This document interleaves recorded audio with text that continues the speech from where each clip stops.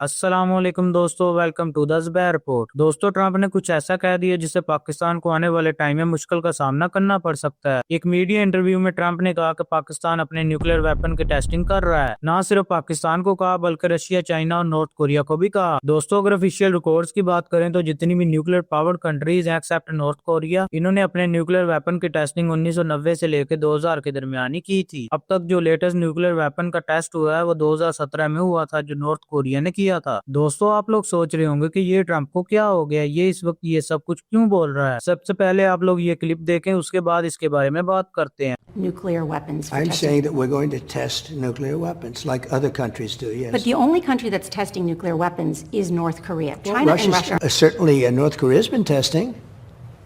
Pakistan's been testing.